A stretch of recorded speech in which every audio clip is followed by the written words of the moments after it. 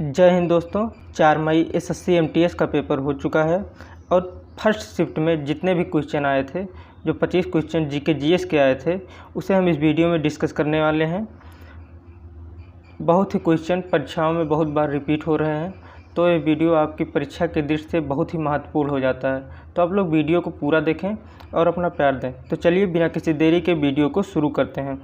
हमारा पहला क्वेश्चन क्या आया था, खेलो इंडिया यूथ गेम 2023 का 5वां संस्करण कहाँ आयोजित किया गया था। तो ये हो जाता है मध्य प्रदेश में आयोजित किया गया था।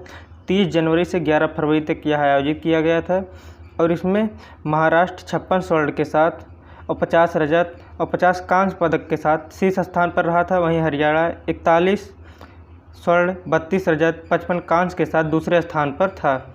हमारा अगला क्वेश्चन क्या आया था देख लेते हैं। हमारा अगला क्वेश्चन जो आया था, सितारा देवी निम्नलिखित में से किस नृत्य शैली से संबंधित हैं।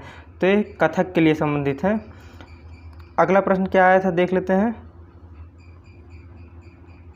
अगला प्रश्न जो था, ठुमरी की रानी किसे कहा जाता है। ठुमरी की रानी गिरिजा देवी को कहा जाता है। एक अर्धशास्त्रीय भारतीय संगीत की एक सामान्य शैली है। अगला प्रश्न क्या आया था। अगला प्रश्न जो था, द पैलेस ऑफ इल्यूशन के लेखक कौन हैं। तो ये चित्रा बनर्जी दिवाकर रूनी जी हैं। अगला प्रश्न क्या आया था देख लेते हैं। अगला प्रश्न जो था, 1529 में घाघरा की लड़ाई में मुगल सम्राट बाबर ने किसे हराया। तो बाबर ने किसे हराया था, महमूद लोदी को। 1529 में कहाँ लड़ा गया था, घाघरा में लड़ा गया था। अगले क्वेश्चन में आ जा सकता है, अफगान राजा महमूद लोदी और मुगल बादशाह बाबर के बीच घाघरा का युद्ध हुआ था। अगला क्वेश्चन क्या था। अगला क्वेश्चन था, पृथ्वी की जुड़वा के रूप में जाना जाने वाला ग्रह कौन सा है। पृथ्वी की जुड़वा के रूप में शुक्र ग्रह। इस शुक्र ग्रह चमकीला ग्रह है, बिना सहायता वाली आंखों से देखा जा सकता है। ये उत्तर दिशा में पाया जाता है।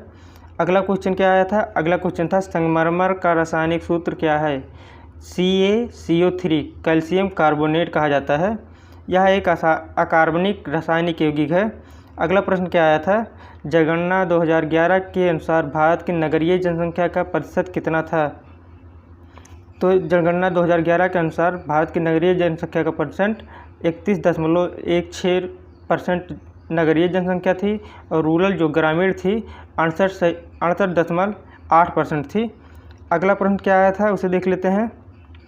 अगला प्रश्न था, शुद्ध जल को शुद्ध करने के लिए आमतौर पर उपयोग की जाने वाली रासायनिक विधि कौन सी है।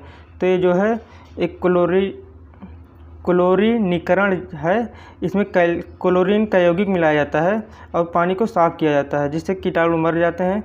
अगला प्रश्न क्या आया था, प्रधानमंत्री ग्रामोदय योजना PMGY किस वर्ष शुरू की गई थी। तो ये 2000 में शुरू की गई थी।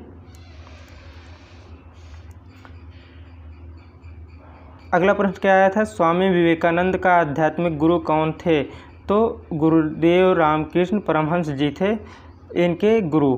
अगला प्रश्न क्या आया था, आगरा का किला किसने बनवाया था। आगरा का किला जो था वो मुगल बादशाह अकबर ने बनवाया था। दिल्ली का लाल किला शाहजहाँ ने बनवाया था, लेकिन आगरा का लाल किला मुगल बादशाह अकबर ने बनवाया था।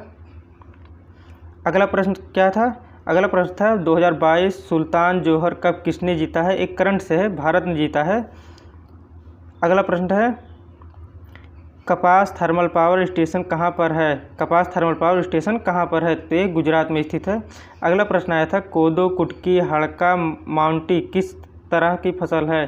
तो ये बाजरा की फसल है। अगला प्रश्न जो आया था, अगला प्रश्न था हमारा, किस राज्य में उगादी एक महत्वपूर्ण उत्सव के रूप में मनाया जाता है। उगादी जो है कर्नाटक में एक महत्वपूर्ण उत्सव के रूप में मनाया जाता है। अगला प्रश्न आया था हमारा, अगला प्रश्न जो था, सितंबर 2022 में निर्मला सीतारमण के द्वारा दक्षिण एशियाई अध्ययन के लिए कौन सा लर्निंग प्लेटफॉर्म लॉन्च किया गया। तो ये भारत विद्या नाम से लॉन्च किया गया है। अगला प्रश्न जो था, अगला प्रश्न था, तमिलनाडु के मंदिरों में देवदासियों द्वारा किया जाने वाला नृत्य कौन सा था। तो भरतनाट्यम था। अगला प्रश्न जो था, कैबिनेट मिशन भारत कब आया था। कैबिनेट मिशन भारत कब आया था। 1946 में कैबिनेट मिशन भारत आया था। अगला प्रश्न देख लेते हैं। अगला प्रश्न हमारा है, सम्राट अशोक ने किस युद्ध के बाद भौगोलिक आधिपत्य की नीति का त्याग कर दिया। धम्म घोष के अपमान था। कलिंग कलिंग में जो युद्ध 261 ईसा पूर्व में हुआ था, इसमें सम्राट अशोक ने भौगोलिक आधिपत्य नीति का त्याग कर दिया था। बलानोग्लोसस किस संघ का एक जीव है? तो एक कार्डेटा संघ का है। अगला प्रश्न क्या था हमारा? अगला प्रश्न था हमारा, किस नृत्य शैली को मूल रूप से तमिल में सदिर या दासी अट्टम के नाम से जाना जाता है? भरतनाट्यम जो है तमिलनाडु से है। भरतनाट्यम बहुत ही उपयोगी हो गया है क्योंकि इससे बहुत ही प्रश्न आ चुके हैं। अगला प्रश्न देख लेते हैं, इनमें से कौन सा विषय संघ सूची के अंतर्गत आता है? तो यह प्रत्यर्पण ट्रेडिशन जो है वो संघ सूची के अंतर्गत आता है। अगला प्रश्न देखेंगे, द्वैध शासन किस अधिनियम द्वारा लागू किया गया था? चेम्सफोर्ड के समय भारत शासन अधिनियम द्वारा 1919 में किया गया था द्वैध शासन के अधिनियम। इस वीडियो में इतना ही, मिलते हैं नेक्स्ट वीडियो में। जय हिंद।